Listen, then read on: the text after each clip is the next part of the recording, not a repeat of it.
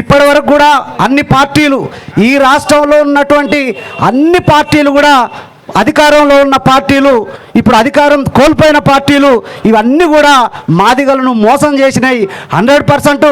ఇప్పుడున్న బీజేపీ గతంలో ప్రతిపక్షంలో ఉన్నప్పుడు, మన్మోహన్ సింగ్ గవర్నమెంట్ ఉన్నప్పుడు, కాంగ్రెస్ గవర్నమెంట్ ఉన్నప్పుడు 100 రోజులలో వర్గీకరణ చేస్తా అని చెప్పి అప్పటి ప్రతిపక్ష నాయకురాలు సుష్మా స్వరాజ్ గారు నిండు పార్లమెంట్లో మేము అధికారంలోకి వస్తే 100 రోజులలో వర్గీకరణ చేస్తానని చెప్పింది. ఇప్పటికీ 10 సంవత్సరాలు దాటిపోయింది. 2 టర్ములు పూర్తి చేసుకున్నది బీజేపీ కేంద్రంలో ఉండి, 3వ టర్ము కూడా ఎన్డీఏ కూటమి బీజేపీ అధికారంలో ఉన్నది. ఇప్పటి వరకు కూడా దాన్ని కార్యరూపం దాల్చలేదు. మళ్ళీ ఎన్నికల ముందు మొన్న కూడా పచ్చి మోసమైనటువంటి ఒక నరేంద్ర మోడీ పచ్చి మోసమైన మాటలు మాట్లాడుకుంటూ మాదిగలను ఓట్ల కోసం వాడుకుంటూ ఇప్పటి వరకు కూడా కేంద్రంలో ఏర్పడ్డ 7 నెలలు, దాదాపు 2 నెలలు కావస్తుందని పార్లమెంట్ సమావేశాలు కూడా మొదలైనవి. ఇప్పటి వరకు పార్లమెంట్ సమావేశాలు జరుగుతున్నప్పుడు కూడా మీరు కోర్టుకు పోండి అని చెప్పి టెక్నికల్ సమస్యలు ఉన్నాయి, కుర్చీలన్నీ ఖాళీగా ఉన్నాయి, ఇటు కూర్చోవాలి అన్నట్టు కూర్చోండి, దయచేసి కూర్చోండి, అటు కూర్చోండి. ఈ రైట్ సైడ్ ఉన్న వాళ్ళందరూ అటు రోడ్డు కట్టగా ట్రాఫిక్ జామ్ అవుతుంది అన్న, ఇటు కూర్చోవాలి దయచేసి.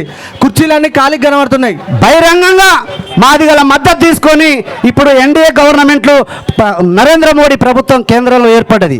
ఒక సంఘం, కొంతమంది లీడర్లు ఎన్నికల ముందు బహిరంగంగా మాదిగలు బీజేపీకి ఓటేయండి అని చెప్పి బహిరంగ ప్రకటన చేసుకుంటూ బహిరంగంగానే ప్రచారం చేసి మాదిగలకు ఒక సూచన సలహాలు చేసి ఇప్పుడు అధికారంలోకి వచ్చినాక ఇంతవరకు కూడా బీజేపీ గవర్నమెంట్ దాని కార్యరూపం దాల్చట్లేదు. గతంలో ఉన్నటువంటి కాంగ్రెస్ ప్రభుత్వం మాదిగ బిడ్డలను పొట్టన పెట్టుకున్నది. గతంలో ఉన్నటువంటి పోరాట రూపాల్లో ముందు పోయినటువంటి సురేందర్ అన్న, దామోదర్ అన్న, మహేష్ అన్న లాంటి వాళ్ళు గాంధీ భవన్ ఘటనలో వీర మరణం పొందిరు. అటువంటి త్యాగాలు చేసినటువంటి డిమాండ్ తారాస్థాయికి తీసుకుపోయినటువంటి కాంగ్రెస్ గవర్నమెంట్లో కూడా ఆ డిమాండ్ అమలుగా నోసుకోలేదు. అదేవిధంగా టీఆర్ఎస్ గవర్నమెంట్ కూడా మొట్టమొదటి అసెంబ్లీ ఎన్నికలనే 2014లో తీర్మానం చేసినప్పటికీ దాన్ని సీరియస్గా కేంద్రం దగ్గరికి తీసుకుపోయి అమలు చేయించేటటువంటి పద్ధతిని కొనసాగించలేదు. అందుకనే ఏ పార్టీ అయినా సరే, ఈ రాష్ట్రంలో అధికారం ఉన్న పార్టీ అయినా కోల్పోయిన పార్టీ అయినా, కేంద్రంలో ఈ 30 సంవత్సరాల నుండి కూడా మాదిగలను మోసం చేస్తూ మాదిగల ఓట్ల కోసం గుంటకాడి నక్కలా ఎదురు చూసి ఓట్లు వేయించుకుంటేనే తప్ప ఇంతవరకు కూడా మాదిగల డిమాండ్ అయినా ఎస్సీ రిజర్వేషన్ల వర్గీకరణ పూర్తి స్థాయిలో అమలు చేయట్లేదు.